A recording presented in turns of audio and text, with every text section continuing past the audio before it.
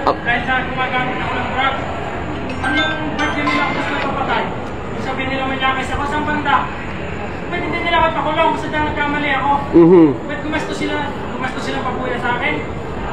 Para lang ako, matanggal yung sikreto na yan, pati sa drugs. Bakit? Kasi hindi ka sila sa Jose. Taga San Jose ka, bayan. Pwede naman ito eh. Pamilyado ka naman yata. Pamilyado ka ba? Ito nga sir eh. Ayun, pamilya ko nga sir, nag-ano eh. Yung asawa ko eh.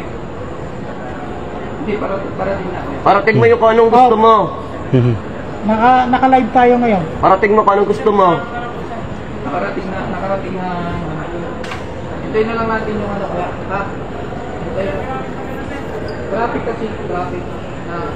Kita mo naman dito, traffic. Kaya ito sila, taga rito lang agad. Taga rito kasi kami, kaya mabilis kami. Okay.